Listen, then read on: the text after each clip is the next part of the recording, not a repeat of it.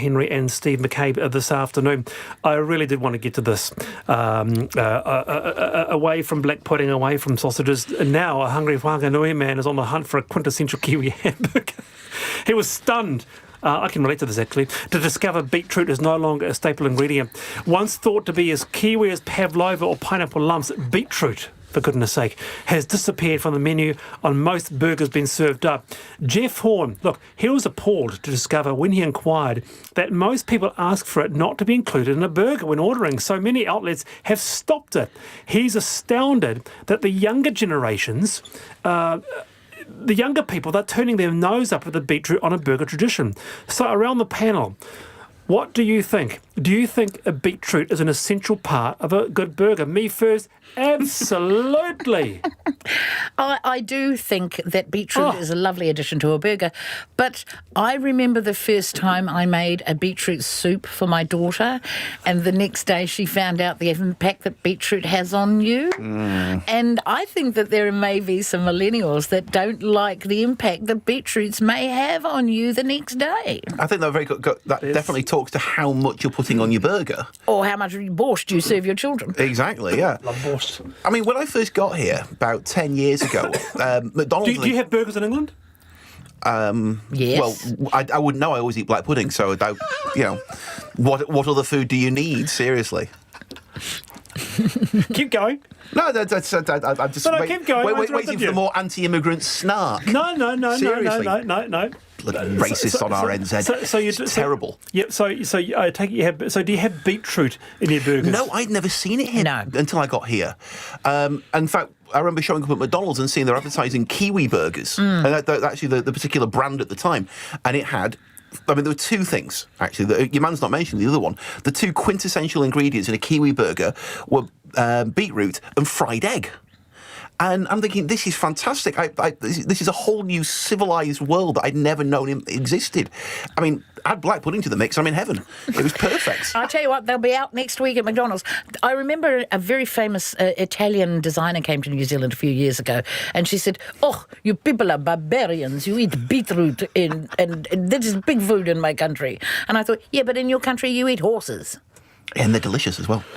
Someone has put the cat amongst the pigeons. Wallace, as far as veggies go, beetroot is problematic, not due to the colour, but due to the relatively high sugar content. Oh, dear. Tax beetroot. Yeah, look, but for me, Ella, what this says, it speaks to a culture gone for me. And I actually do miss going to an old-fashioned, an old-school chippery and actually getting a scoop of chips and an old-fashioned hamburger with real lettuce and real tomato and well, that Wanganui man should move to Avondale because all of our burger places in Avondale still put beetroot in their burgers. All these newfangled so-called gourmet burgers, they have pickle, they have brie, they don't have beetroot. What's going on? And they're stacked about 8 inches high. Yeah. You'd think you could squeeze some in there, couldn't you, surely? Yes, indeed. That's all I've got to say about that. Final thoughts? Thank God.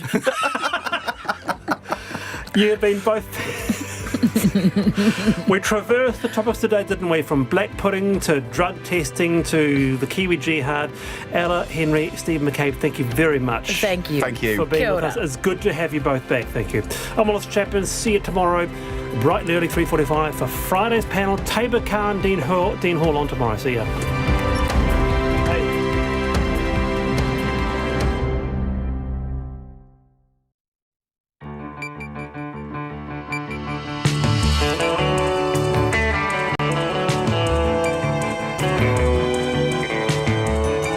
Whakarongo mai koe ki te reo irirangi o Aotearoa. This is Checkpoint on RNZ National. I'm Lisa Owen.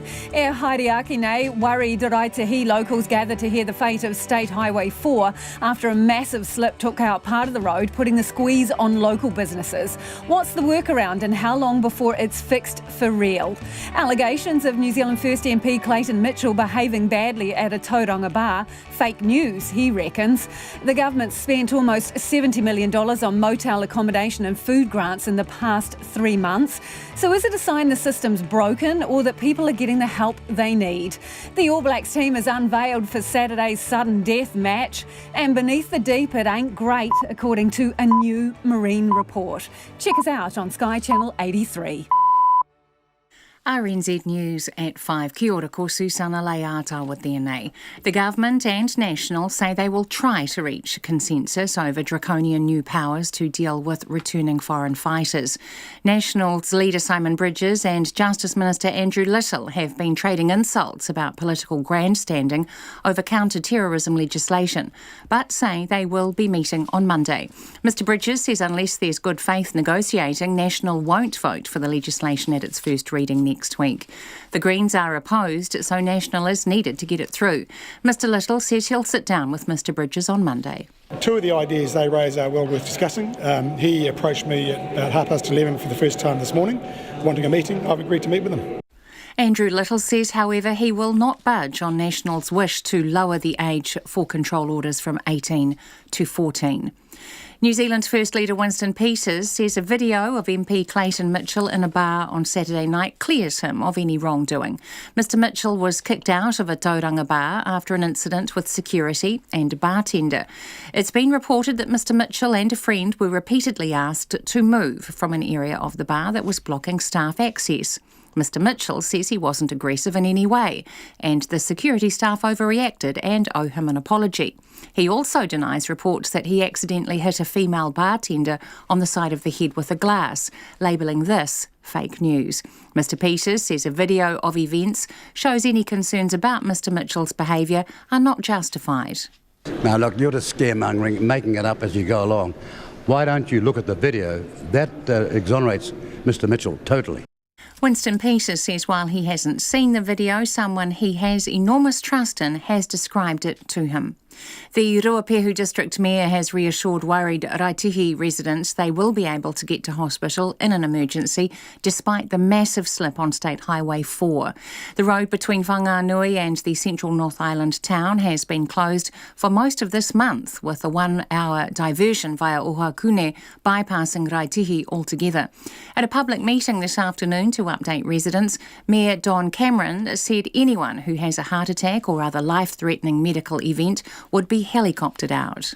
What we'd like to be able to do is probably speed up putting a pad into Raitihi, because already the chopper has been used 4 times in the last 2 weeks. Don Cameron said for less serious cases, ambulances would transport people to hospital. The government is staying tight-lipped on the Ihumātao land dispute, refusing to say whether there is any progress or when a decision might be made. It's been 86 days since those trying to prevent a housing development at the South Auckland site were served an eviction notice. Te Aniwa Hurihanganui reports. Last month, Mana Whenua said they wanted the land at Ihumātao returned and urged the government to negotiate with the landowner Fletcher Building. But Kiani Matatasepu of the protest group Soul says they've heard nothing since then and don't know what options the government has put to Fletcher. Finance Minister Grant Robertson says the government's focus is on supporting a resolution that respects all the parties involved. The MP for Tamaki Makaurau, Penny Henare, won't comment on the dispute, and neither will the Minister for Crown Māori Relations, Calvin Davis. Ko te aniwa, Hurihanganui, aho. An Auckland principal is hoping the ongoing measles outbreak doesn't affect the upcoming NCEA exams. Health officials are busy tracking down more than 1,200 people potentially exposed to measles at a school camp in Rotorua last month, 1,000 of them from Auckland. More than 700 of those at the Seventh-day Adventist camp were children. Glendowie College head Richard Dykes, who's also president of the Auckland Secondary Schools Principals Association, hopes the disease doesn't spread anymore. Let's try and contain this as much as we can. What we don't want is it spreading, so let's err on the side of caution. The worry for high school students is we've got NCA coming up in about 3 weeks' time, so we need to make sure that those students are quarantined and over measles before that. We don't want that affecting the exams. Richard Dykes. More than 1,800 people have been diagnosed with measles nationwide in the worst outbreak in 20 years. In one of the country's tightest election results, Waikato has elected a new mayor by just a dozen votes. The retirement of the long-serving mayor Winston Gray threw the race wide open. In the end, it came down to former deputy mayor and electrician John Diver and two-term councillor and Harmac Concrete co-owner Craig Mitchell. After the counting of special ballots, Mr Mitchell has been announced the winner today by 12 votes. He says he's humbled by support he has received in the district, where turnout was about 60%. Craig Mitchell says better engagement from the public is one thing he wants to achieve in the next 3 years. A better understanding for the community of what actually goes on in council.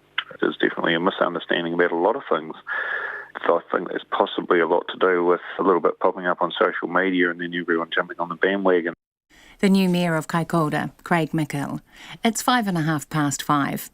The All Blacks have sprung 2 selection surprises in naming their side to play Ireland in the Rugby World Cup quarter-final in Tokyo on Saturday night. Clay Wilson reports from Tokyo. All Blacks coach Steve Hansen has surprisingly decided to leave Ryan Crotty out of the matchday squad, naming Jack Goodhue at centre and Anton Leonard-Brown moving into second 5 with Sonny Bill Williams in the reserves. Another surprise is Cody Taylor getting to start at hooker ahead of Dane Coles, who was on the bench. Joe Moody and Nepo Lalala joined Taylor in the front row. Brodie Retallick and Sam Whitelock are the locks, with Ardie Savia, Sam Cane and Kieran Reid the loose forward trio. Aaron Smith starts at halfback, Richie Moanga is at first 5, George Bridge and Sevu Rees are on the wings, and Bowden Barrett is at fullback. The All Blacks quarter-final kicks off at 11:15 on Saturday night, with the winner playing either England or Australia in the semi-finals. In Tokyo, this is Clay Wilson. The Silver Ferns coach Noeline Taurua is keen for veteran shooter Maria Folau to make a decision on her international future sooner rather than later. Folau's future beyond January's tournament is in doubt as she hasn't signed on to play in New Zealand or Australia next year. While Taurua hasn't put a deadline on Folau, she says the Silver Ferns have a couple of months after the Constellation Cup before selecting their squad to travel to England for the Nations Cup. Folau has indicated she's available for that competition, but Taurua wants to know her long-term plans before she finalises the squad. The Wellington Phoenix have signed former English Premier League striker Gary Hooper on a 1-year deal. That's the news. Nobody wants to say it. We're making the Kurds look like they're angels. We paid a lot of money to the Kurds, tremendous amounts of money. We've given them massive fortunes. And you know what? It's wonderful. They fought with us, but we paid a lot for them to fight with us. The horrifying scenes that we've seen previously in Syria of mothers crying over their children's bodies, children crying over their fathers' bodies, unfortunately playing out again in northeast Syria. Major international news on Morning Reports, weekdays from 6, on air and online. Then on 9 to noon, why New Zealand is uniquely placed to cash in on organic dairy from the co-founder of the world's largest organic dairy company. And after 10, horticulturalist and photographer Rob Lucas on his magnum opus documenting New Zealand's native trees. Join me, Catherine Ryan, on 9 to noon after Morning Report on RNZ National. Now the short forecast from Met Service to midnight tomorrow. Northland to Auckland, including Coromandel, Bay of Plenty, Taupo and Gisborne through to Hawke's Bay. Fine and cloudy periods, patchy light rain developing late tomorrow. Waikato to Wellington, including Taumaranui, Taihape and Wairarapa. Cloudy periods and isolated showers.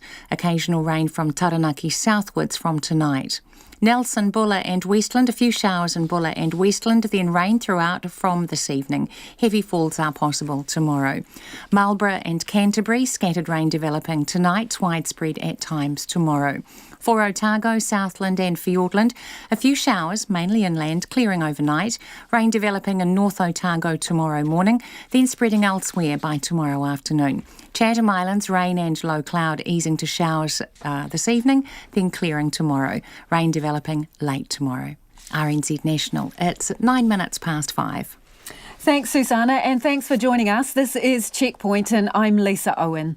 A crowd of about 200 worried Raitahi locals cheered this afternoon when they were told State Highway 4, that's been blocked by a massive slip to the town's south, will be repaired. A 400-metre stretch of the road between Whanganui and Raitahi completely collapsed and slid down a hillside at the beginning of the month. It means less through traffic and business for the central North Island town, longer travel times to Whanganui hospital, with some children having to go cross-country to get to school.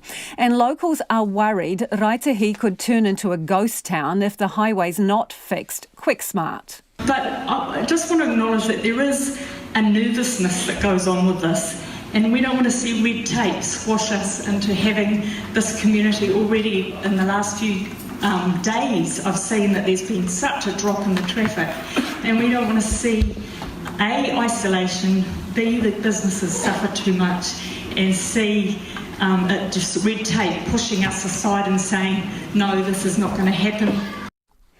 Ruapehu Mayor Don Cameron has been at the first of two meetings with locals, the New Zealand Transport Agency and Civil Defence, and he joins us now. Good evening. Can you tell us what the latest is in terms of the slip site to start off with? The latest that we had today is that the slip is still moving quite noticeably and is expanding. So it's roughly about 400 to 500 metres now, but it could actually even get wider. So obviously NZTA are now actively looking for an alternative route, but at the same time they also want to provide a one-way route for people to be able to use the State Highway 4 as soon as possible. So when you say another route, are you talking about going across someone's farmland or making a track, or what exactly do you mean? Yes, they're already talking with local landowners, and particularly Aotearoa Corporation, which is the largest large Māori corporation there. And that there is actually another surveyed area anyway that was surveyed in the 30s, I gather. So they're actively looking at what else could be done. But the problem being is that everywhere they look, there is actually earth on the move. But however, since talking with them, we've had several people that live in that area saying, look, there is another possibility and you need to come and have a look at it. So they're on their way back, actually, to go with locals to have a look and see, yep, this is an area that we could possibly punch a two-way road through. And that's on private land, Don? That's on private land, this alternative that you're looking at? Yes, it sounds like it is on private land. Look, part of it may wander off, of course, because some of those survey lines wander into reserve areas as well. But definitely it would have to be negotiating with private landowners. And so what would the nature of that kind of road be? Would it be unsealed? Would you only have four-wheel drive vehicles? Is there going to be a curfew or certain times? I mean, what scope will there be to use that road and for who? Well, at this stage, they're negotiating with the landowner around opening up a four-wheel drive track, and that's really to allow such things as fertiliser to be delivered and stock to be taken out, rather than for public to use at this stage, because this is getting into a busy period for local farmers, without a doubt. So they're negotiating with that. But they made it very clear to the meeting they are going to build a two-lane road exactly the same as was there before, but it may not be in the same place. Is the only quid pro quo they made is that statement. Okay, so in essence, this temporary road they're looking to build would be a service road for locals and people coming in with supplies, rather than tourists. Exactly. Yeah, exactly. That's exactly what they stated at stage. There is other local roads. We've got the Wongahu Valley Fields Track Road, which is at the moment being, I would say, overused because people are sort of just checking to see if they can use that. So we've got tourists and other people using that. The problem being with that, it's unmarked. If you're not used to driving that road and you don't drive to the left, there's a high likelihood that we're going to have accidents on there. Okay. So we made it pretty clear today that is actually for locals to use rather than for general public. So the permanent fix, the fact that they've committed to building another highway exactly to the same standard, how long do they reckon that will be away? Well, that's the one question they couldn't answer directly, simply because they don't know. They're hoping that by the end of this week, certainly by next week, that I'll have some further direction. And so what we've committed is that within a month's time, we'll hold another public meeting, and where they then can give the locals the time frames around the building of the new road. So what are the residents' main concerns at the moment? Look, the main concern is just the sheer drop-off of the expected number of people coming through the town.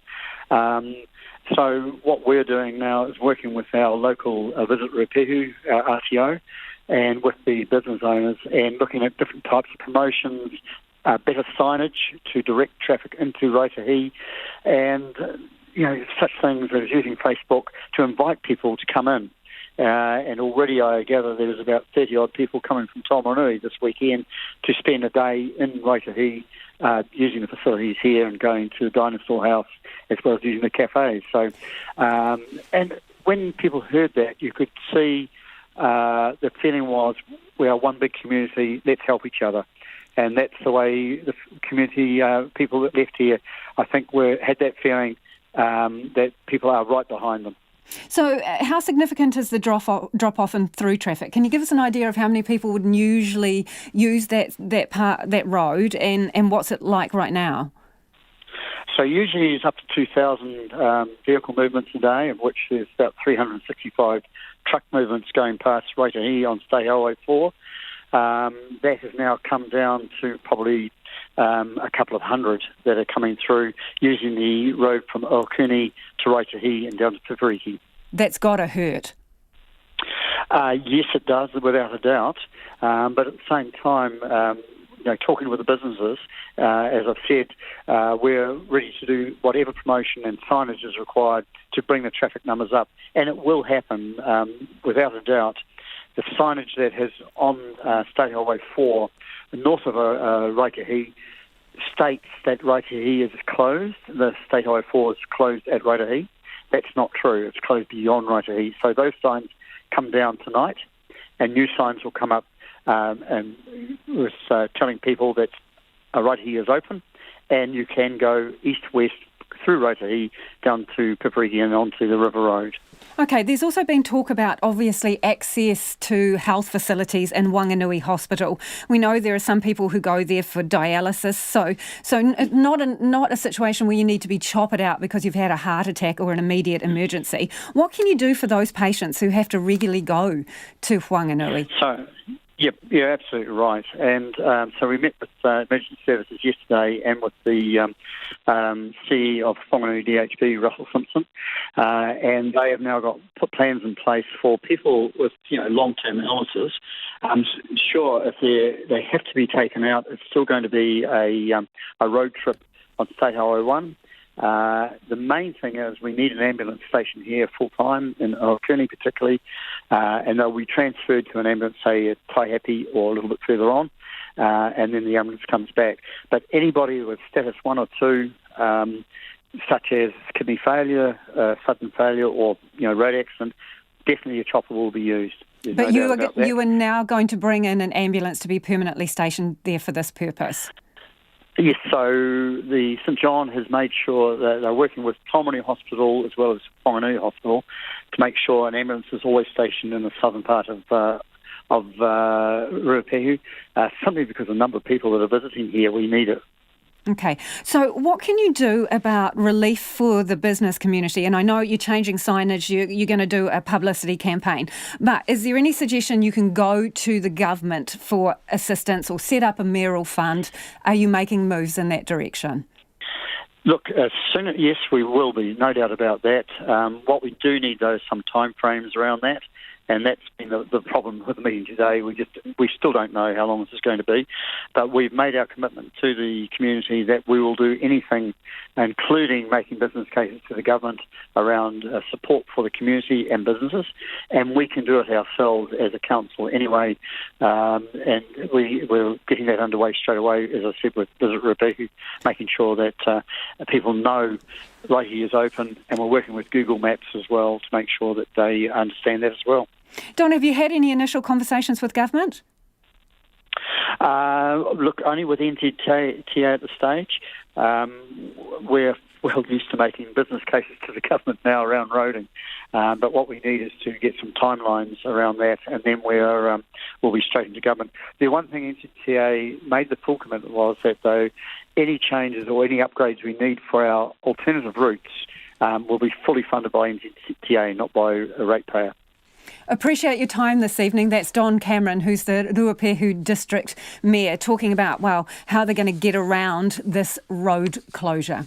New Zealand First MP Clayton Mitchell has described reports he behaved badly at a bar on Saturday night as fake news and politically motivated. It's been reported that the second-term List MP and a friend were kicked out of a Tauranga bar after repeatedly being asked to move from an area because they were blocking staff access. But Mr Mitchell says he was roughly handled by buffoon bouncers who completely overreacted. He also denies reports he accidentally hit a female bar staffer on the side of the head with a glass and says he thinks the young Nats are just trying to stir the story up. Political reporter Yvette McCullough has more. Clayton Mitchell says he and his friend were simply trying to get a drink at a busy bar. And if anything, security owes him an apology. If standing at a bar that is busy ordering a drink has been a dick, then I think that's why they need to talk to the security member about their behaviour. Clayton Mitchell says he did nothing aggressive and he and his friend had already moved away from the area when they were grabbed and forced out the door. Look, I was actually on the phone to the owner at the time while trying to resolve this issue when I was grabbed quite forcefully by these buffoons. And at the end of the day, couldn't get through to him because he'd gone home. But there was no fighting. We were just trying to go out quietly and calmly. But it was a bit of a kerfuffle and I would say a huge overreaction. Mr Mitchell also denies accidentally hitting a female bar staffer on the side of the head, spilling a drink on her. No, I've read the article. That's absolutely not true. That's fake news. That didn't happen. He says the bar owner is following this up because the first he heard of the accusation was in media reports. Another report Mr Mitchell is labelling fake news is claims he or one of his friends replied, "We are the law," when security threatened to call police. That is another absolutely egregious claim that did not happen. I've spoken to my friend that I was with. He said, I didn't say it, and I certainly didn't say it. He didn't say it. That's another, just a fabrication trying to create a story that there isn't one. The bar owner and the security guard involved have not yet responded to RNZ's request for comment. But Mr Mitchell believes he knows where the story's coming from. And I think it's politically motivated. We know the young Nats are in behind trying to stir something up here. However, the young Nats say this issue has nothing to do with them. In a statement, President Sam Steed says they wouldn't waste their time on an MP they've never heard of. New Zealand First Leader Winston Peters says video from the bar of the incident proves Mr Mitchell did nothing wrong. Now look, you're just scaremongering, making it up as you go along. Why don't you look at the video? That exonerates Mr Mitchell totally. Although Mr Peters admits he hasn't seen the video with his own eyes. No, I know enough about it to be confident about it because somebody I've got enormous trust in has seen it. Winston Peters says he's confident the video shows any alarm or concern about Mr Mitchell's behaviour isn't justified in any way. From Parliament for Checkpoint, Yvette McCullough. It's almost 23 minutes past 5 and you're with Checkpoint on RNZ National. As always, we're keen for your feedback, so do get in touch about anything you've heard on the programme this evening. We would love to hear from you if you're living in the Raitahi area. Let us know what that road closure means for you. You can text us on 2101, tweet us at Checkpoint RNZ or email checkpoint@rnz.co.nz. The All Blacks have made a couple of surprise selections in the team to play Ireland in Saturday's Rugby World Cup quarter-final in Tokyo.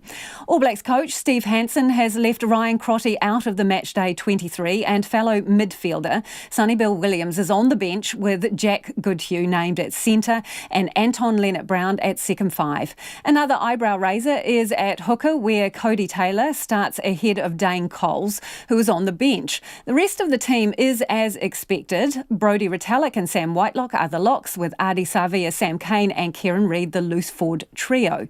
Aaron Smith starts at halfback, Richie Mo'unga is at first five, George Bridge and Sevu Reece are on the wings and Bowden Barrett is at fullback. Coach Steve Hansen says choosing the midfield was tough. We've got 31 people available for selection, so you look at, like every team you pick, you look at the opposition, what you're after.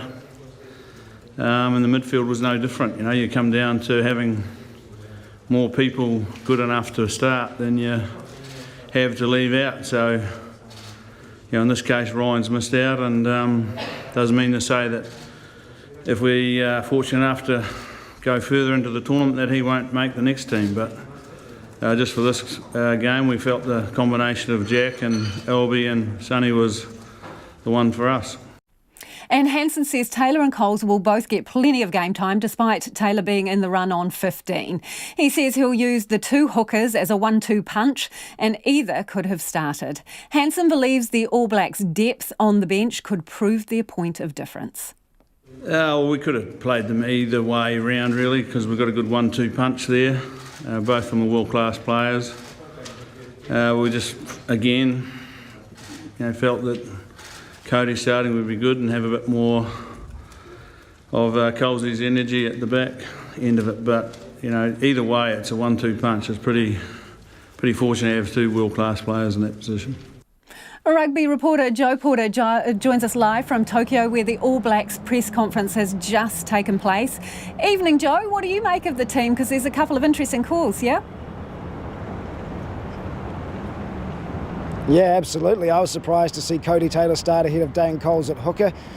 Dane Coles has been the All Blacks' first choice hooker when he's fit for a long time now, so that was quite surprising. I wonder if maybe Coles is a little bit short of a gallop, having had some injury issues in recent times.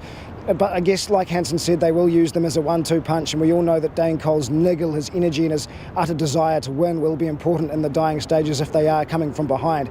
And of course the midfield, some surprises there. Young Jack Goodhue starting alongside the inform Anton Lienert-Brown. Anton Lienert-Brown starting, no surprises there. He's been the best All Blacks back this year. But Jack Goodhue, he's only played a couple of games this tournament. He hadn't played much rugby before that due to injury. So it makes you wonder just how good this guy has been training to have forced his way into the starting 15. And of course, Sonny Bill Williams, who has been, a lock-in for the All Blacks when he's fit for so many years, is coming off the bench. Not a bad move because, of course, he provides a lot of impact. He can come on and do some things that no other players in world rugby can do. So some pretty shrewd, I guess, selections from Steve Hansen and the rest of the coaches, and it looks like the team is fairly impressive. You mentioned injury there. Obviously, Brodie Retallick he's only had a few minutes of game time due to injury. What do you make of that choice? Yeah, well, Steve Hansen said that Brodie Retallick is, he called him a freak, actually, I think were his exact words. He's a guy that can come back having not played much rugby at all and just hit the ground running.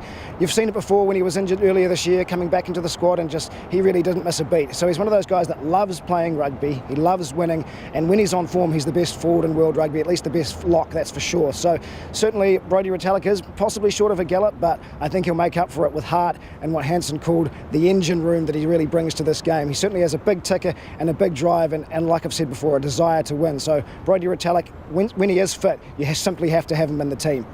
And what's Steve Hansen saying about Ireland and what makes it such a difficult opponent for the All Blacks? Yeah, well, he was a little bit more revealing today than he usually is. Of course, Steve Hansen versus Joe Schmidt, the two coaches of the respective sides, are 2 wins, 2 losses each. Ireland have beaten the All Blacks twice in their last 3 games they've played against each other. So certainly Ireland can be seen as somewhat of a bogey team for the All Blacks. Hansen said that they never give away many turnovers. They're very good at holding onto the ball and not giving away turnovers, which means knocking the ball on, letting the All Blacks beat them at the breakdown and turning the ball over. And the All Blacks like to strike on the counter-attack, so getting turnovers is really key to their chances of success. So Hansen knows that it's going to be hard work for his side to create turnovers against the Irish, and so when they do get those few scoring opportunities, the All Blacks are really going to have to take them with both hands because they're not going to get many against this Irish side. Is there any concern that the All Blacks are a little bit underdone in terms of their game time, given that, some people would say only real test has been against South Africa right at the start of the tournament? Yeah, that's a really good question, actually, because you would think that they will be a little bit underdone. South Africa was a long time ago now, and it was their only test. They rolled through Canada fairly easily and weren't that convincing. They beat Namibia, but of course had a terrible first half where their attitude just wasn't where it needed to be. And then, of course, the game against Italy was cancelled, so they haven't played in almost 2 weeks, and they haven't had a real game in over 4 weeks. So certainly there is a worry that the All Blacks could come into this just lacking a bit of match fitness and some match intensity because they haven't had those games. I know they've been training really hard and have had some in-house games within the squad, but you are a little bit concerned if you're an All Blacks fan that these guys just haven't had that match game time coming into what is a crucial sudden death game, and of course they lose this one and they go home. So is it fair then that they are still being tagged the heavy favourites here? Yeah, I'm not so sure about that. The bookies have them as really heavy favourites, which is quite interesting, especially considering the Irish recent results against the All Blacks. I think Ireland played really well against Samoa with 14 men to overcome them in their last game, and of course qualify second in their group to face the All Blacks. I'm not sure if it's going to be as wide as the TAB are suggesting. The TAB are giving the All Blacks 12 points on the Irish, a 12-point start, and I don't think it's going to be as wide open as that. I think it will be a lot tighter. I think the Irish know what to do against the All Blacks. They've got some strengths that the All Blacks struggle to deal with, and they also know how to exploit the All Blacks' weaknesses. They've done that before through first five Johnny Sexton and halfback Conor Murray with a lot of box kicks and aerial balls to, I guess, try and challenge these rookie, inexperienced wingers the All Blacks have. So I think it will be a lot closer than the bookies are suggesting. It's going to be a tight match. Oh, it's going to be interesting. Thanks, Joe. That's Joe Porter joining us there from Tokyo with the latest, with that All Blacks team being announced just a short time ago. Record numbers of people are asking the government for help to pay for their food and accommodation, with frontline community workers labelling the situation a crisis. New figures from the Ministry of Social Development show the amount of money paid to motels to house the homeless has more than doubled compared to the same time last year. More than $40 million has been spent on motels in the past 3 months alone, and $26 million on emergency food grants. But while the government says it's cleaning up the mess left by National, the opposition says it's failing to move New Zealanders out of poverty as promised. Nita Blake-Person reports. James, which isn't his real name, needs a place to live. I wouldn't prefer to stay in a motel, but I got nowhere else to stay other than in the streets. Yeah, it's pretty tough around here anyway. Like thousands of New Zealanders, he's struggling to find a home. Latest Ministry of Social Development figures show he's not alone. 29,000 emergency housing grants were given out in the 3 months to September. The grants, which cover motel stays for those with nowhere else to go, were at 15,000 the same time last year. More than $41 million has been spent on motels in the quarter, more than double what it was a year ago. Social Development Minister Carmel Cipollone says the figures show the government is helping those who need it. We have to remember that the Emergency Housing Special Needs Grant and the placement of people into motels, the way in which we see it now, actually started under the previous government before. If there had been a robust plan in place to respond to the housing crisis, we wouldn't be in this predicament. So we're working as quickly as we can to build our housing stock. And in the meantime, unfortunately, we're still left with this policy that's a legacy of the previous government, because we have to put people somewhere. And it's not just accommodation that people are struggling with. The figures paint a picture of soaring demand for the basics. The number of hardship assistance grants handed out skyrocketed to more than 570,000 at a cost of $167 million. That's more than triple what it was 5 years ago. Included in that is emergency food grants, up more than 90% on last year. Auckland Action Against Poverty's Ricardo Menendez-March says things are desperate. We're reaching record levels of food poverty in Aotearoa, and it is reaching crisis levels. I am concerned that unless the government puts permanent solutions to the issues, this crisis is only going to get deeper, and that more and more money is going to be funneled into bottom-of-the-cliff solutions as opposed to permanent, meaningful help for the families that need it the most. He says that's evidence the government hasn't followed through on its claims it would run the country with kindness. Keeping benefit levels below the poverty line is not kind nor compassionate. It creates a huge stress on working income frontline staff and people on the benefit who need to queue up every day to get basic assistance to cover their needs. And so what we've got at the moment is a system that is not working, putting a massive pressure on households and MSD staff. And if the government wanted to take a kind approach, they could just raise benefit levels, and that way families wouldn't need to queue up every week for help. But Carmel Cipollone says there will be no increase in benefits. Food grants are up in places where housing costs are high or there are housing demands. So we've got to address the housing issues, and this government's working hard to do that. Raising benefits on its own without addressing the housing cost pressures wouldn't achieve what some people are implying it might. Meanwhile, the opposition says an increase in the number of people on the job seeker benefit isn't kind or caring of the government. Nationals leader Simon Bridges says there were 6,700 more people on the benefit over the quarter. He claims they're being left to languish on the dole when they could be living better lives. For Checkpoint, Nita Blakeperson.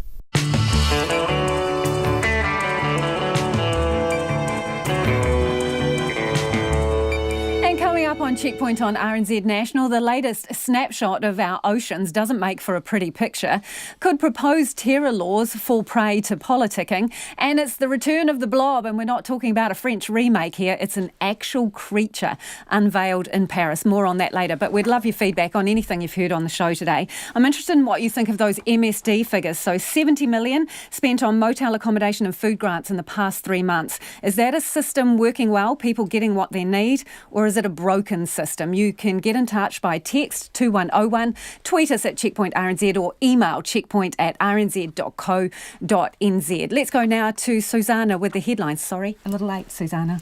The Green Party says it's still willing to negotiate changes to proposed new counterterrorism laws. The Justice Minister has introduced a bill to give the government more powers to deal with returning foreign fighters from conflict zones. The Greens are worried control orders could be applied to people who aren't terrorists, but say they want to help make any new law effective and safe. National says there must be good faith negotiations on the changes it wants, and Andrew Little says he will sit down with Simon Bridges on Monday. New Zealand First Leader Winston Peters has come out in support of his MP Clayton Mitchell, saying a video clears him of any wrongdoing in a Tauranga bar on Saturday. Mr Mitchell was kicked out after an incident with security and a bartender, but says he wasn't at all aggressive and the security staff overreacted. He says reports that he accidentally hit a female bartender on the side of the head with a glass is fake news and politically motivated. The Ruapehu District Mayor has reassured Raitihi residents they will be able to get to a hospital in an emergency despite the massive slip on State Highway 4. The road between Whanganui and Raitihi has been closed for weeks and it's not known when it will be cleared. At a public meeting today, Don Cameron said the chopper had been used 4 times in 2 weeks and the council wants to speed up installing a helicopter pad in Raitihi. The government is refusing to say whether there is any progress on the Ihumātao land dispute or when a decision might be made. However, Finance Minister Grant Robertson says the focus is on supporting a resolution that respects all parties. It's now 86 days since those trying to prevent a housing development at the South Auckland site were served an eviction notice. Health officials are trying to find more than 1,200 people potentially exposed to measles at a school camp in Rotorua last month, 1,000 of them from Auckland. One person at the camp was infectious, but no further cases of measles have been reported yet. Meanwhile, Auckland secondary school principals are hoping the measles outbreak can be contained so it doesn't affect NCEA exams in 3 weeks' time. Those are the latest news headlines from RNZ National. Our next news and weather update is at 6. Thanks, Susanna. If you're just joining us, this is Checkpoint. I'm Lisa Owen, and joining us in the studio is Madison Reedy with our business news.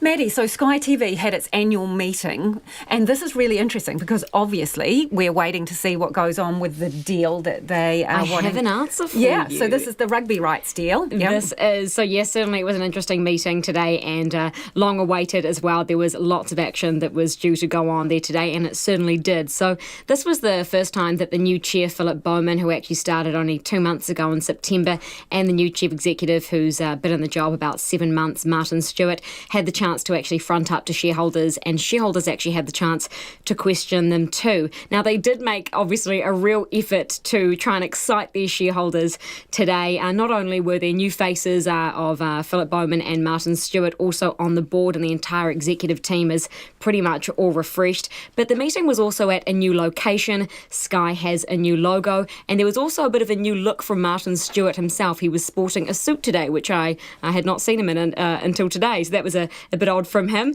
Now, the chair, Philip Bowman, he said that it's working to reinvigorate Sky TV. He actually used that word. Now, he said that the status quo of the previous decades, where innovation at Sky was almost non-existent, could not continue. He told shareholders that they're obviously focusing on things like content, sport being one of the biggest there, also focusing on technology of streaming, and that they really want to retain rights, not just in sports, but also in the likes of entertainment. And the chair also mentioned that they're looking at a relentless focus on customer needs.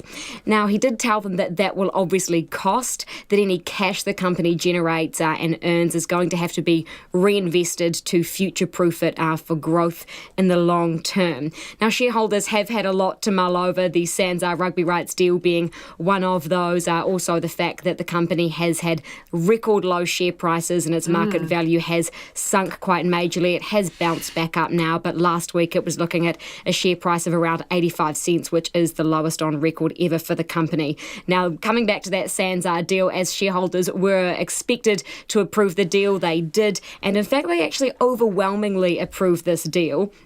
So, in fact, 99.87% of shareholders said yes. Now, and actually speaking How do you get a 99.87% of shareholders? Well, it's done by number of shares, not number of people. So that's why there's something like, I think, 400 million shares on issue. And there's actually about to be more, given that that deal does include giving up some shares. In fact, issuing new shares to New Zealand Rugby in that SANZAAR rights deal. They're getting about 5%. So that will now go ahead on the 1st of November because shareholders have approved this. Now, just having a quick yarn to shareholders as I kind of got there and afterwards as well, they were obviously relieved that Sky had got the rugby rights. It actually was what some of them said to me. One of them did in fact actually use the word terminal, said that if the counterfactual of Sky not getting that those rugby rights from SANZAAR, it may have actually been the death of the business. Now, some, when it came to question time, some shareholders did actually talk about the company's big gamble on sport, and one investor actually questioned whether or not Sky was putting all of its eggs in one basket. No closer to knowing how much they've paid. No, and even if shareholders asked, just like whenever I asked, we were not going to get an answer on that one today, unfortunately. Batted away. Okay. Absolutely. Let's move on to Fonterra then. So the dairy giant's making moves into India. Yeah, what's it up to there? It's already made some moves in there. It's just made another one. So it's launched what's called Anchor Food Professionals in the big market of India. Now, this is a business that sells products like whipped cream, stretchy mozzarella and cream cheese to, interestingly, chefs. Now, this comes after Fonterra launched its Dreamery milk brand to consumers in India in June of this year. Now, you're probably thinking, I thought Fonterra was pulling back from these big international markets and was looking at focusing on its farmers close to home in rural New Zealand. But this is actually part of Fonterra's new strategy. It wants to leverage what it calls its food service business in new markets. And India actually is an emerging market despite it being so big, which means that their population is booming and consumer spending is set to rise with it. And it's actually a market that really likes dairy. So one figure that Fonterra gave us, they said that over the next 7 years, demand for dairy from Indian consumers is set to increase by 82 billion litres. That's 7 times the forecasted growth in China. So Fonterra really does want to milk that cash cow for sure. Ba-dum-bum. Hey, what else happened on the markets today? The NZX Top 50 index closed down 0.33% tonight. That's a fall of 37 points to close at 11,141. Sky's share price is still flat at $1.07. The New Zealand dollar, that's buying at 63 US cents, 92.8 to the Australian and 49.1 British pence. Whoa, we're still under the 50 mark for the pound. Okay, thanks, Maddie. Madison Reedy with our business wrap.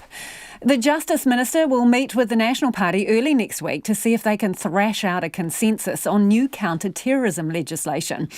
But the two parties continue to trade blows, accusing each other of irresponsible comments and grandstanding before they've even got to the table. The legislation would give the government more powers to deal with the potential return of foreign fighters, like the so-called bumbling jihadi Mark Taylor from Syria or other conflict zones. Now, the Greens won't support it, meaning Nationals' votes will be needed to get it over the line. Here's our political editor, Jane Patterson.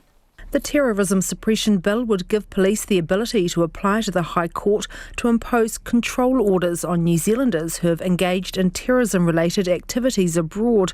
The Minister Andrew Little took a hard line when announcing the bill yesterday, saying key aspects were not up for negotiation. What I don't want to see happening is when we take practical, reasonable measures to protect the safety of the New Zealand community, that we don't get into some crude, mindless bidding war with the National Party who just want to show for some reason that they're somehow hairier-chested than us. That is not a useful debate to have. Nationals leader Simon Bridges says Andrew Little will have to start negotiating if he wants his party's support. Mr Little needs to meet early next week with us. He needs to take our sensible solutions seriously and cooperate to improve the bill. If he doesn't, we'll pull support before first reading. Included on National's wish list of changes, lowering the age limit for control orders to 14 years, increasing the time control orders can be imposed, and an assurance that the orders will apply to people convicted of a terrorist offence in New Zealand. Mr Little says if National allows the bill to fail, that's on them to explain why they refuse to make New Zealand a safer place, prompting this from Simon Bridges. I think it's irresponsible from Minister Little. I think he's been thoughtless with his remarks. We want to be sensible and serious here and improve the bill, given the deep expertise we think many former ministers have here. Mr Little says he'll sit down with Mr Bridges on Monday. Two of the ideas they raise are well worth discussing.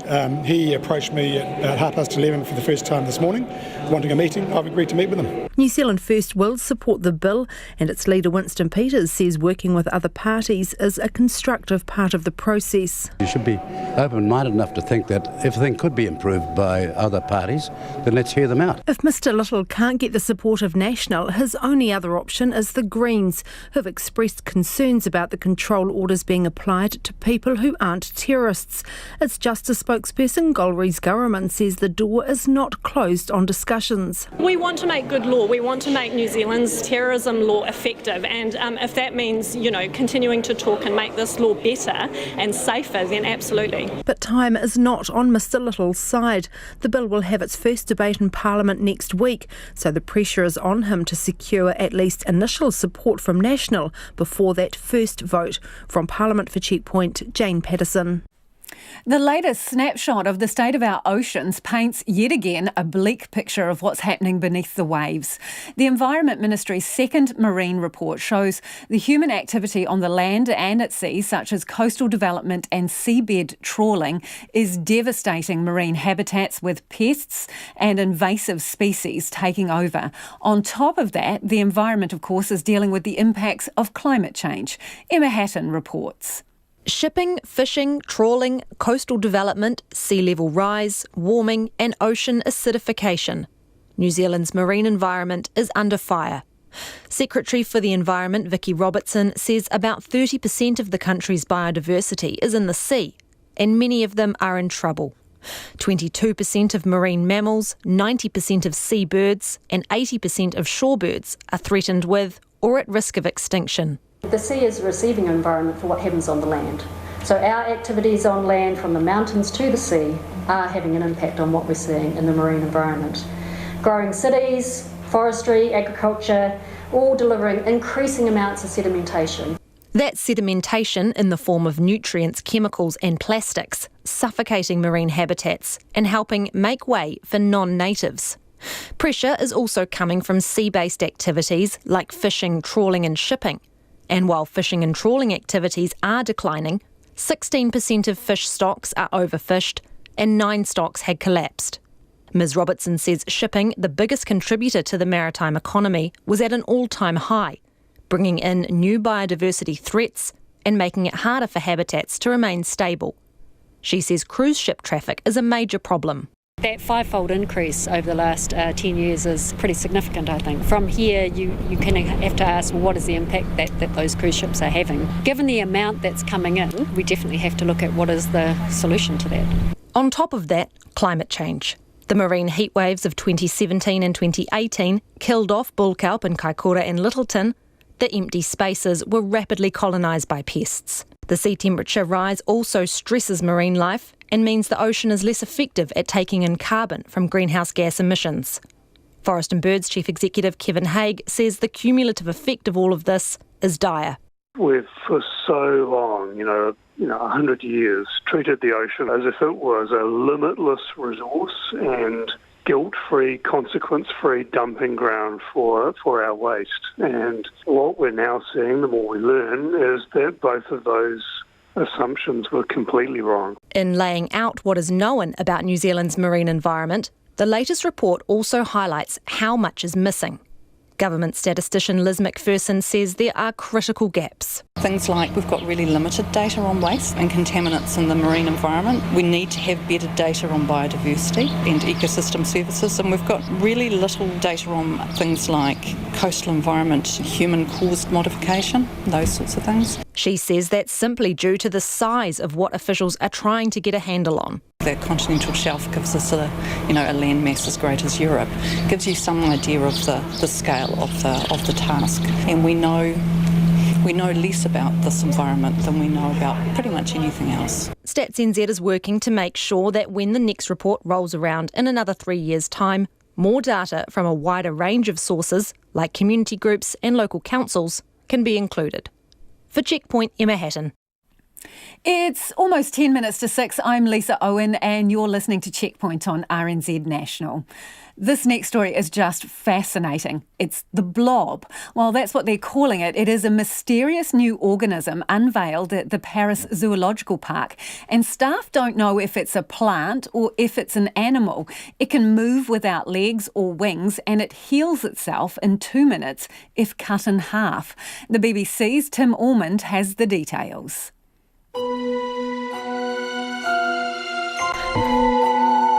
Despite appearances, this isn't a creature from a 1950s sci-fi movie.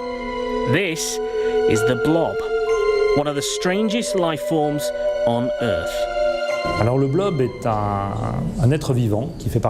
The blob is a living being that is one of nature's mysteries. We don't really know what it is. Even today, we don't know if it's an animal or a fungus. It's not a plant, we're sure of that.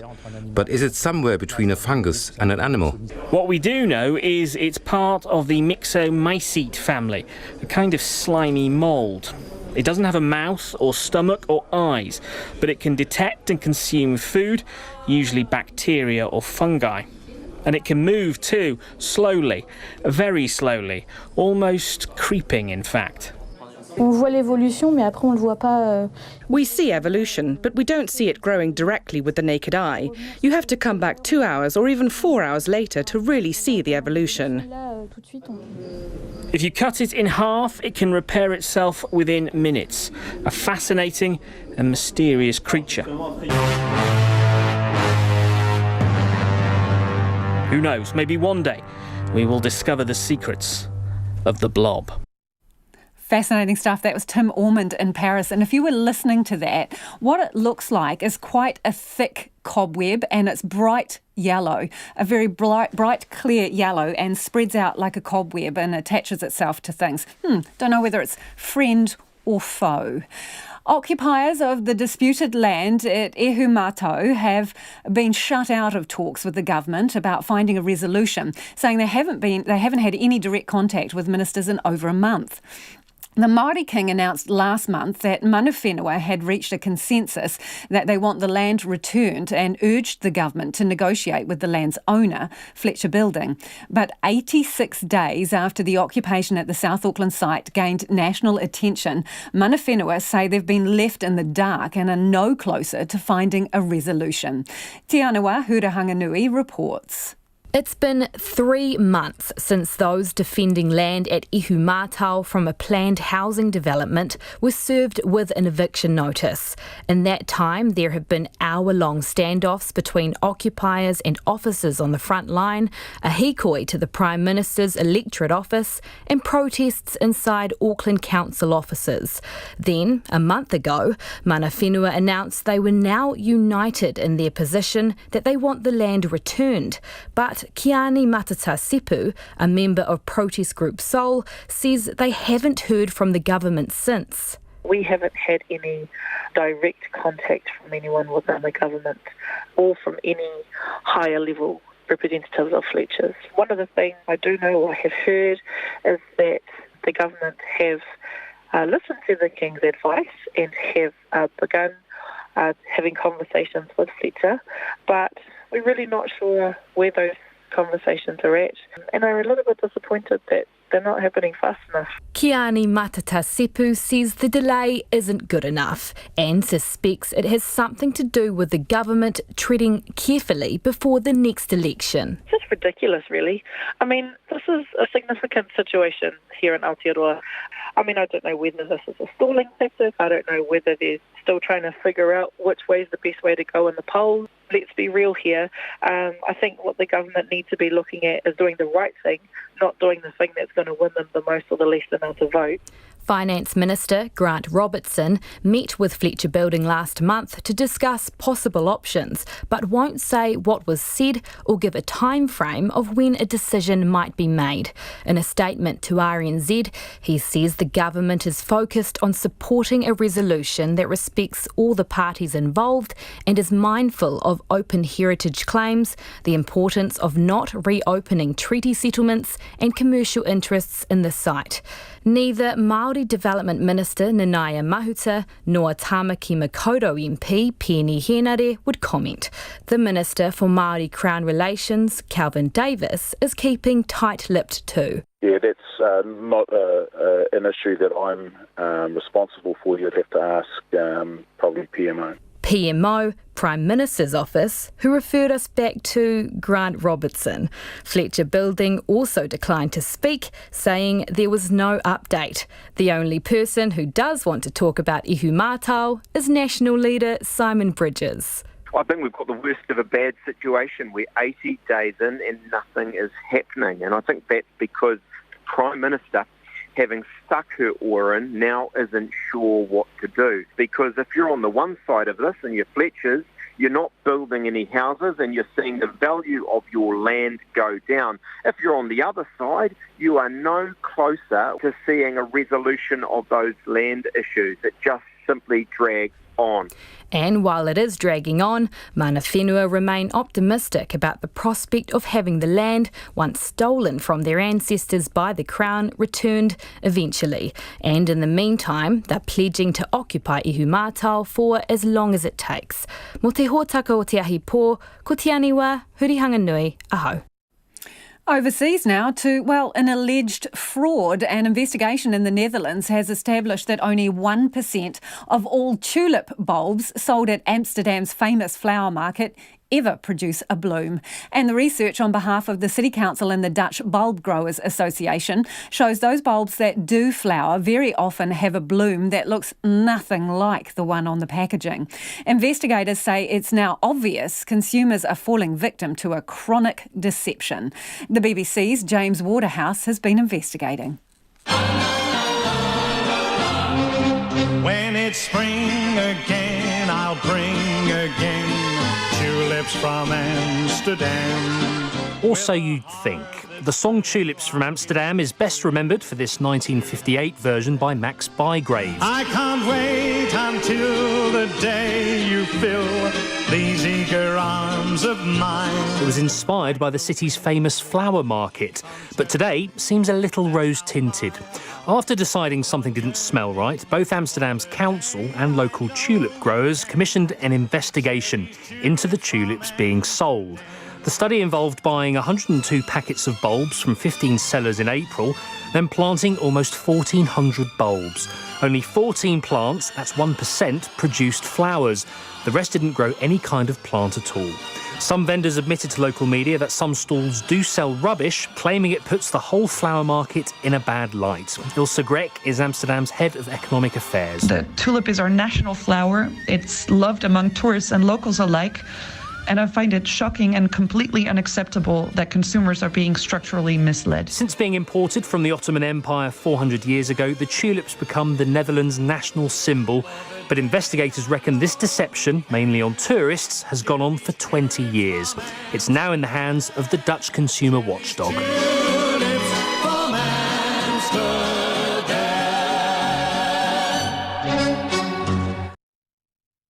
House with that report.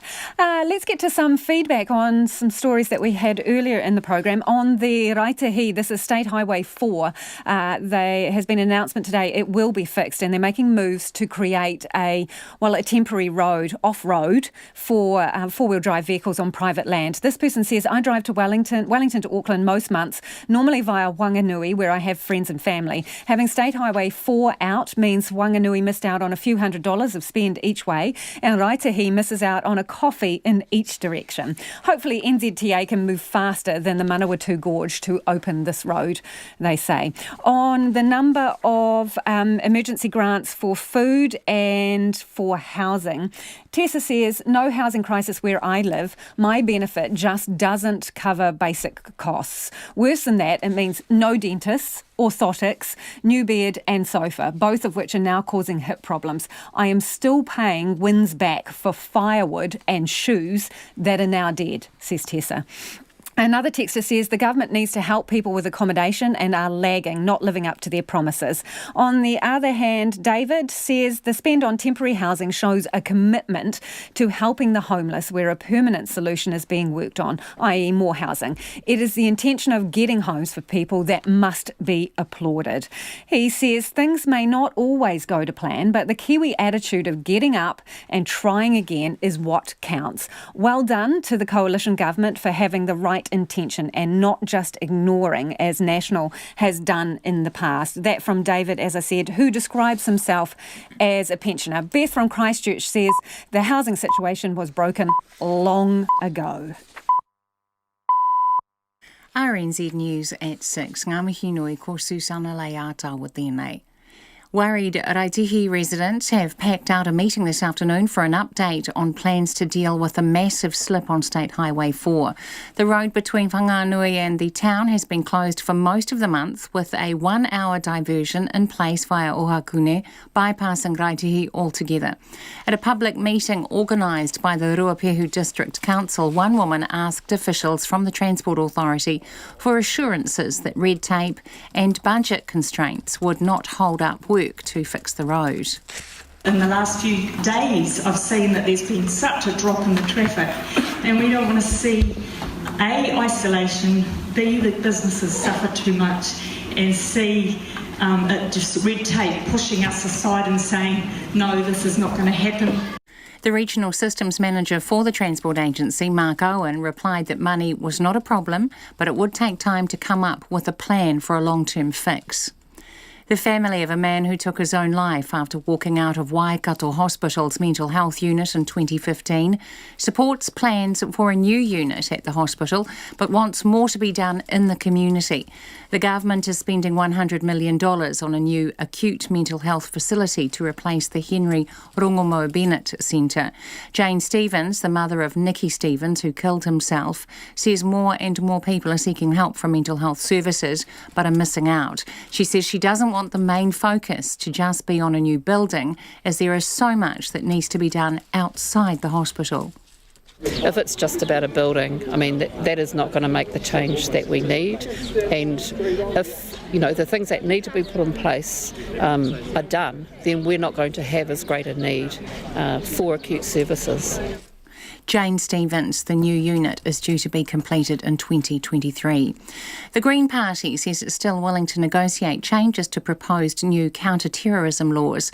The Justice Minister Andrew Little has introduced the bill to Parliament to give the government more powers to deal with the potential return of foreign fighters from Syria or other conflict zones. National says unless the minister engages in good faith negotiations over its proposed changes, it won't support the first reading, which would sink the bill. The only option left would be the Greens, who aren't supporting the bill because they have concerns that control orders could be imposed on people who aren't terrorists. But its Justice spokesperson Golriz Garaman says the door is not closed. We want to make good law. We want to make New Zealand's terrorism law effective, and if that means, continuing to talk and make this law better and safer, then absolutely. Golriz Garaman. Mr Little will meet with National on Monday to try to reach a consensus. New Zealand First MP Clayton Mitchell says reports he behaved badly at a bar on Saturday night are politically motivated. It's been reported that security at a bar in Tauranga kicked out Mr Mitchell and a friend after repeatedly being asked to move from an area that was blocking staff access. Mr Mitchell also reportedly accidentally hit a female bar staff on the side of the head with a glass, leaving her in tears. Mr Mitchell denies that this happened and says he thinks the young Nats are just trying to stir up the story. He says security staff overreacted. Party leader Winston Peters says a video of Mr Mitchell in the bar clears him of any wrongdoing. A 28-year-old man has been charged with the murder of Jasmine Wilson 2.5 months ago. Ms Wilson, who was 30, died 2 days after being dropped off at Whanganui Hospital.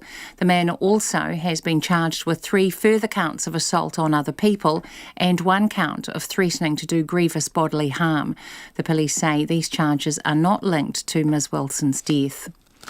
In an apparent move to control the political damage caused by his decision to pull out troops from northern Syria, the White House has released a letter written by President Trump on October the 9th to the President of Turkey. The letter warns President Erdogan against the consequences of a military operation in Syria. The BBC's Peter Bowes has more. He seems to be particularly angry about the much-heard accusation that he gave Turkey the green light to launch its offensive in Syria. Now, Mr Trump has denied that. And the letter has language which I think it's fair to say is unusual between world leaders. Mr Trump urges President Erdogan to work out a good deal. He also says history will look upon you favourably if you get this done the right and humane way. It will look upon you forever as the devil if good things don't happen. He says, don't be a tough guy, don't be a fool.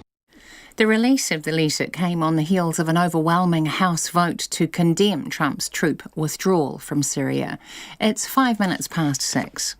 Lock Brodie Retallick has returned for the All Blacks in what is arguably their strongest side for Saturday's World Cup quarter-final against Ireland in Tokyo. Retallick and hooker Cody Taylor are the only changes to the pack that opened their Cup campaign with a win over South Africa. Surprisingly, Ryan Crotty has been replaced by Jack Goodhue in the midfield, with Anton Leonard-Brown playing at second 5'8". Coach Stephen Hansen says that the decision doesn't mean Crotty won't appear in the semi-final if they advance. Every team you pick, you look at the opposition, what you're after, and the midfield was no different. It come down to having more people good enough to start than you have to leave out. So, in this case, Ryan's missed out, and doesn't mean to say that if we are fortunate enough to go further into the tournament that he won't make the next team.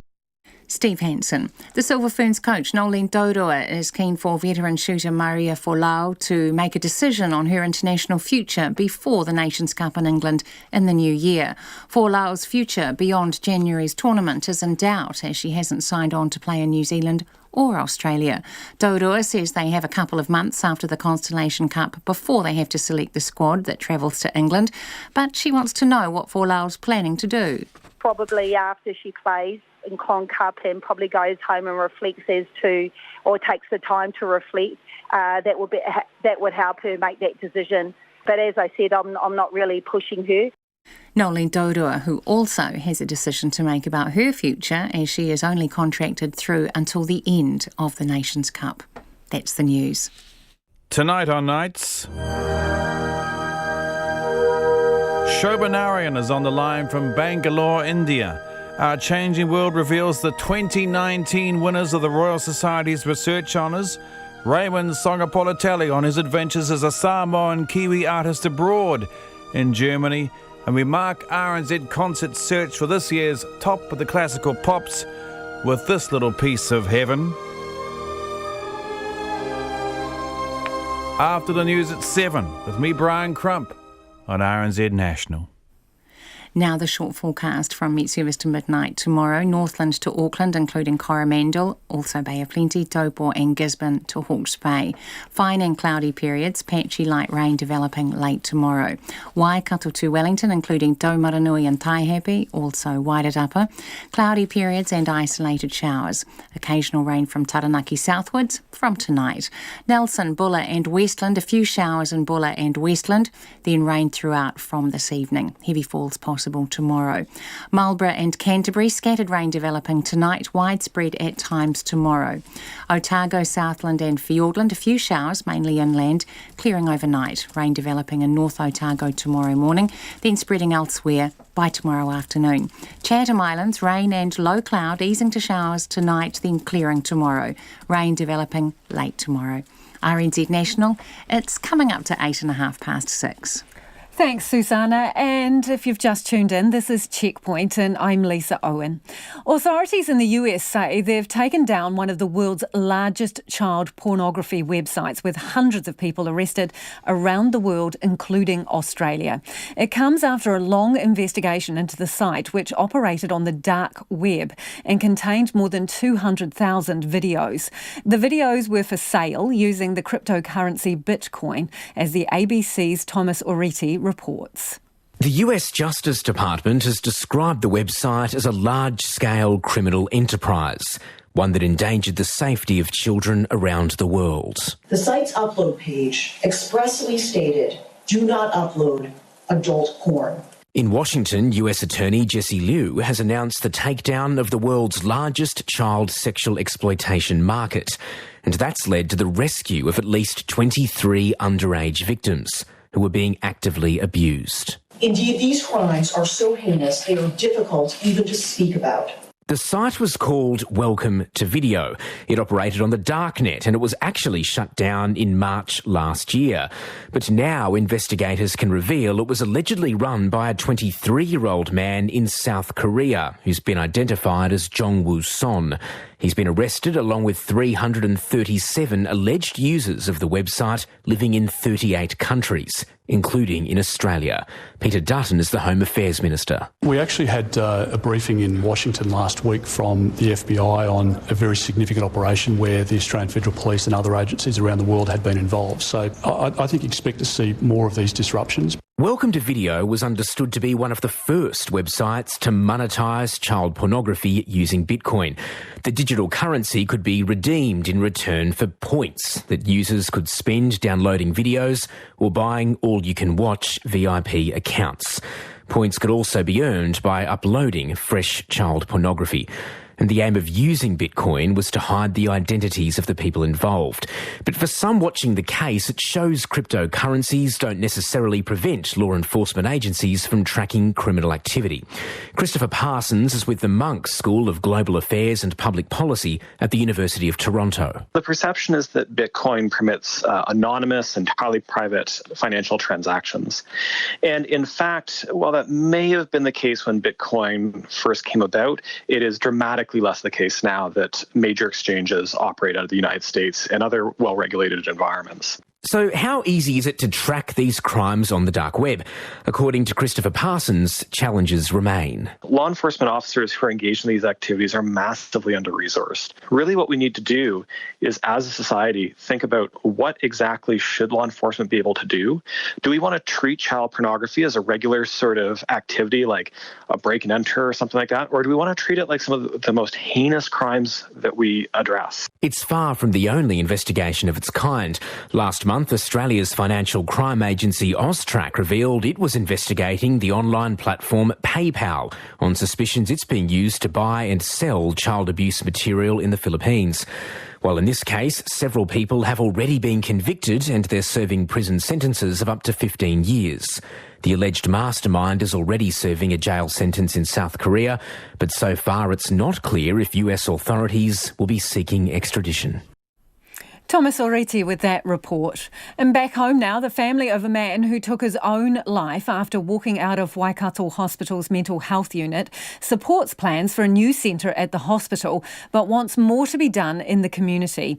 The government is spending $100 million on a new acute mental health facility to replace the Henry Rongomo Bennett Centre. The Prime Minister was at the centre this afternoon for the announcement. Our Waikato reporter Andrew McRae was there. Over the last 9 years, there's been a 72% increase in people seen by Waikato DHB's mental health and addiction services. Jane Stevens, the mother of Nicky Stevens, who killed himself after walking out of the Henry Rongomo Bennett Centre, says more and more people are seeking help from mental health services but are missing out.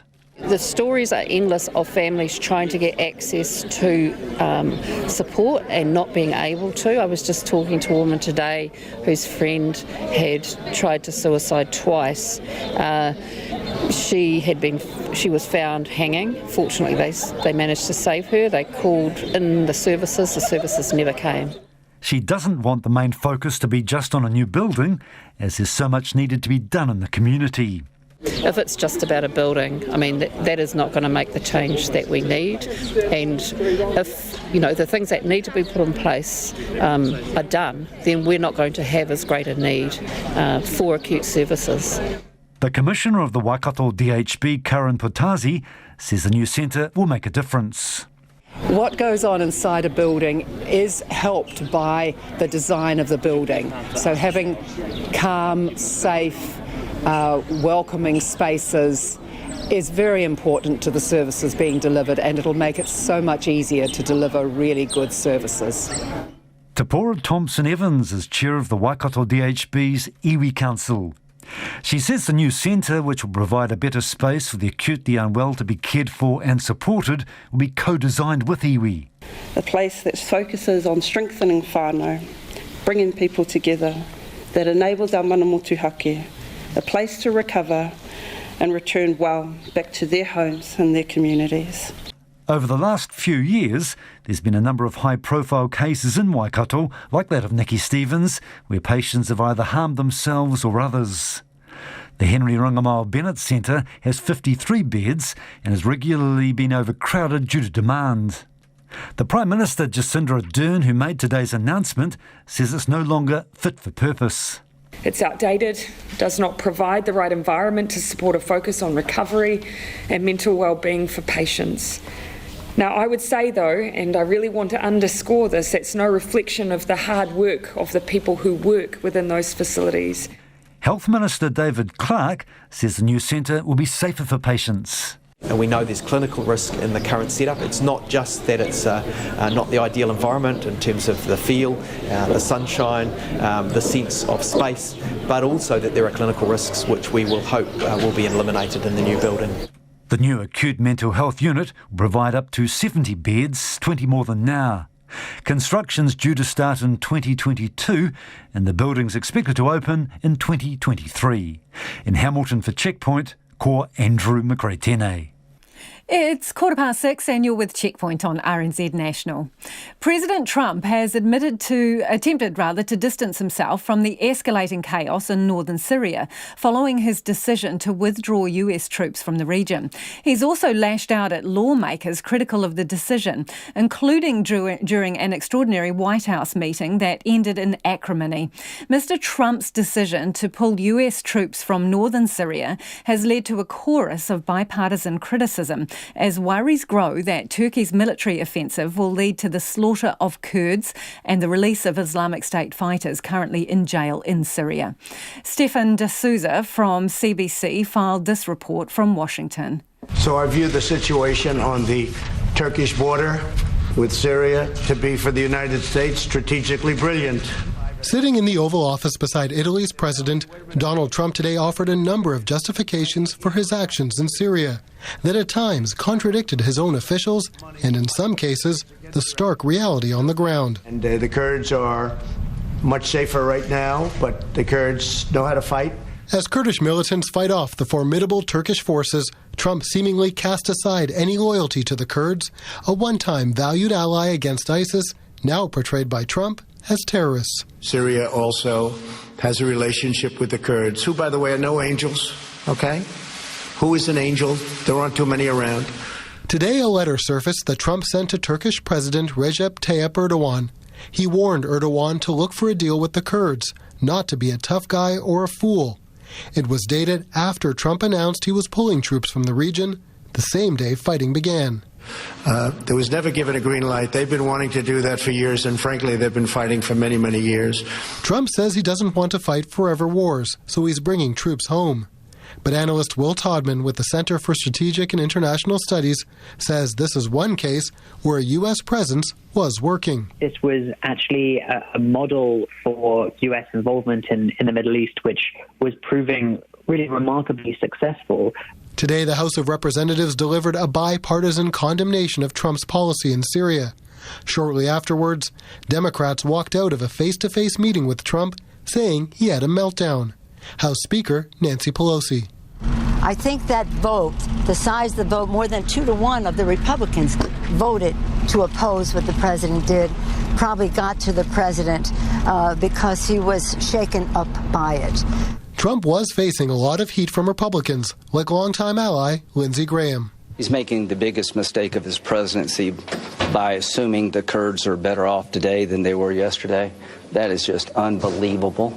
Republican Senate Leader Mitch McConnell was also critical. I'm sorry that we are where we are. I hope the Vice President and Secretary of State can somehow repair the damage.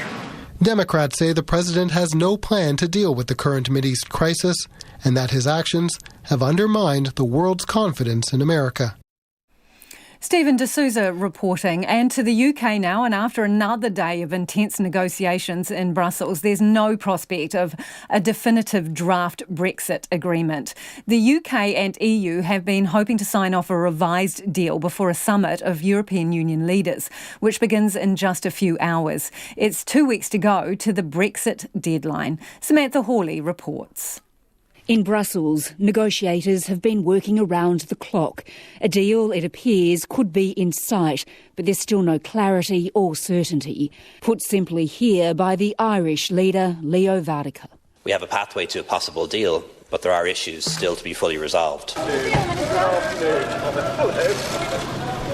Boris Johnson was in London briefing his cabinet ahead of the leaders' summit. Last month, when asked whether he'd seek any further Brexit delay, he declared, "I'd rather be dead in a ditch." Now, even if a deal is reached, it seems incredibly difficult to get it done in time. The House of Commons has passed a law requiring an extension if a deal doesn't pass by Saturday.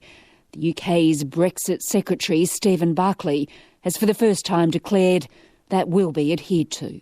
A rare emergency weekend sitting day is now scheduled, but Georgina Wright from the Institute for Government can't see the deadline being met. I think what we can say with certainty is some form of delay is now likely. So some form of delay is inevitable, whether that's for negotiations or just simply for ratification remains to be seen. I think I first drew Boris Johnson in 2004.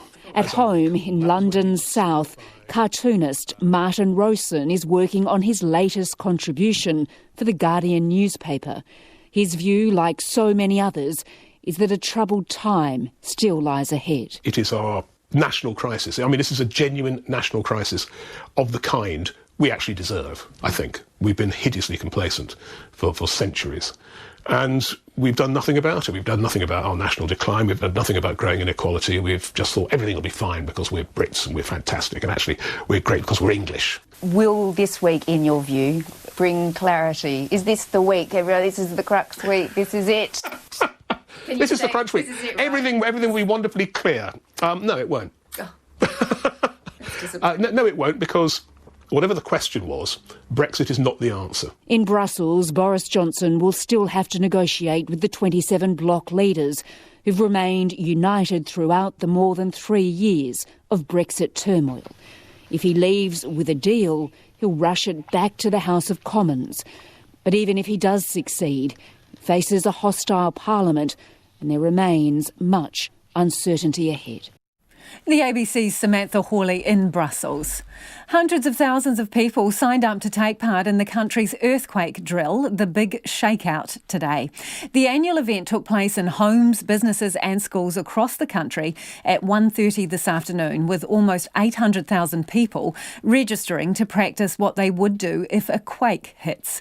Students at Evans Bay Intermediate also practiced a tsunami evacuation. Laura Dooney was there.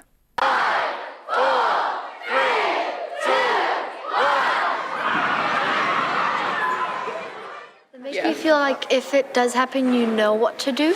Yeah. Rather than being sort of vaguely panicked about I reckon everything. If we didn't do it, lots of kids, if there was a real one, would run away. Yeah, and just run around. And for new people, it's like helps for them, I guess, because Then there'll be no more. No more like where to go if there's a tsunami or an earthquake. Children at Wellington's Evans Bay Intermediate learning to drop, cover and hold in a big shake.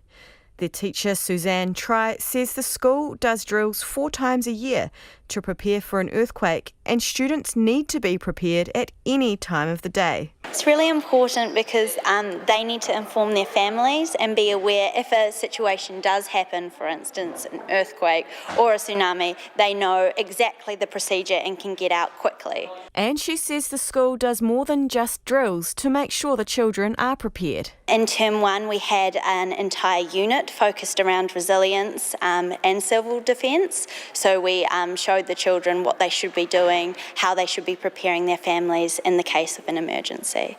She says because the school is low-lying and near the sea, the children know where to go to get to higher land in case of a tsunami, which they also practice doing today. Meanwhile, in Auckland, at the St John's office, the same drill was getting underway. Staff member Murray Holt says while emergency services like St John are ready to go when the big one hits, people at home should also be prepared. It's really important that New Zealanders understand what to do so that they can reduce deaths and injuries, and we won't then have to deal with so much when we get there. So the more that New Zealanders can do to practice this stuff and keep themselves safe, the better it is for everybody. Back at Evans Bay Intermediate, Civil Defence Minister Peeni Henare led the charge at today's shakeout, counting down at the school for the rest of the country. He says the drill is all about making sure people are prepared for an emergency. It's important that we do it all together to practice, and particularly here at this school, because we know that with our young people prepared, our families are prepared. So we've got lots of work to do to make sure that in the event of an emergency we are prepared, which is why today is an important kaupapa. Mr Henare says while 790,000 people registered for today's drill, he'd like to see more participation. We'd love to see all of Aotearoa get involved. We know that schools are a great place because our kids, come from families and they influence outside of here. But where more people can get involved, we'd strongly encourage that, and perhaps next year we can look at how we might do that. Anyone who missed out today and wants to hold a drill in their school or workplace can do so over the next 2 weeks and can register on the New Zealand Shakeout website. In Wellington, for Checkpoint, ko Laura Dooney tēnei. And if you were listening to that piece by Laura Dooney, you can go back and watch it online, filmed by Dom Thomas, and see the drill yourself if you hadn't had a chance to have a practice. The Wheel Blacks are currently in Tokyo for the World Wheelchair Rugby Challenge. They took on Australia yesterday, with the New Zealanders going down 60-46 in their opening game. The team, though, has already qualified for next year's Tokyo Paralympics, returning to the major event after an absence of more than a decade. Rugby reporter Joe Porter watched yesterday's Trans-Tasman battle and caught up with the players after the game, including Paralympic swimming gold medalist Cameron Leslie.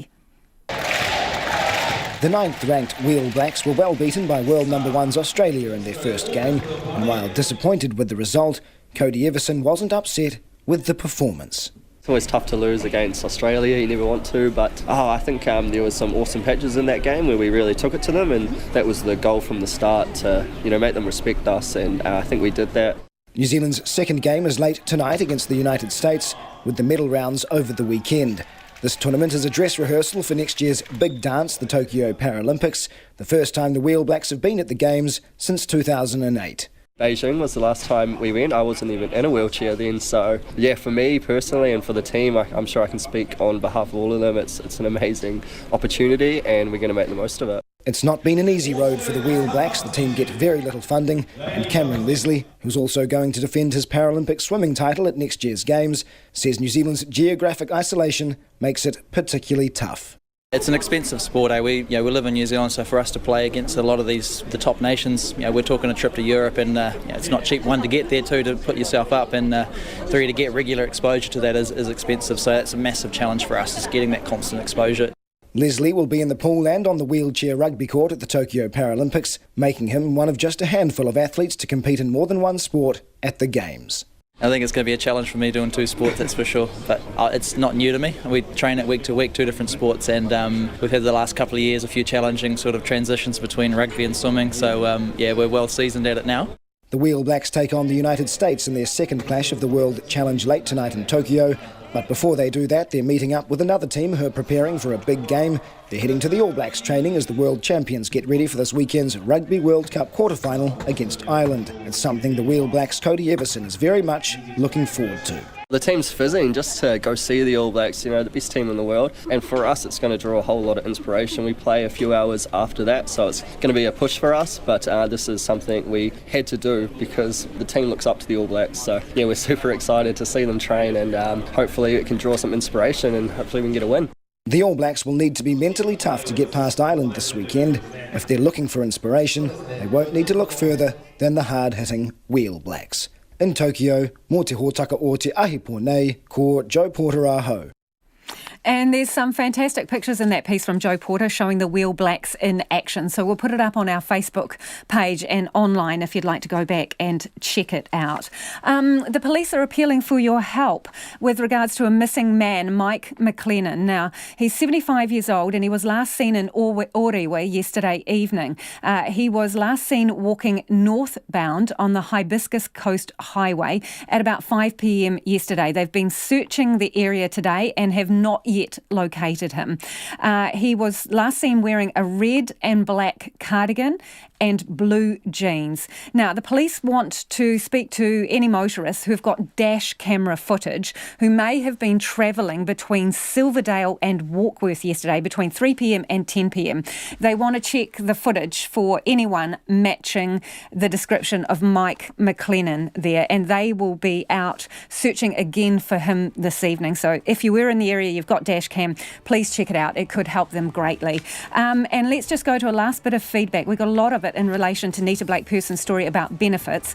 This person says, if our fresh produce, dairy and meat were affordable, parents wouldn't feed their kids processed rubbish. It would lift health and wellbeing standards of living and chronic stress levels of all our struggling population. Putting our country's wellbeing into the hands of the supermarket owners is beyond madness, that person says. That's us for this evening. Show's back tomorrow. RNZ News headlines at 6:30. The Green Party says it's still willing to negotiate changes to the proposed new counterterrorism laws. The mother of Nikki Stevens says a new acute unit to be built at Waikato Hospital needs to be backed up by changes to support mental health needs in the community. Locals in Raitahi are worried about isolation and businesses suffering if red tape holds up repairs to a massive slip on State Highway 4. And a 28-year-old man has been charged with the murder of Jasmine Wilson in Whanganui 2.5 months ago. Those are the headlines. Our next news at 7.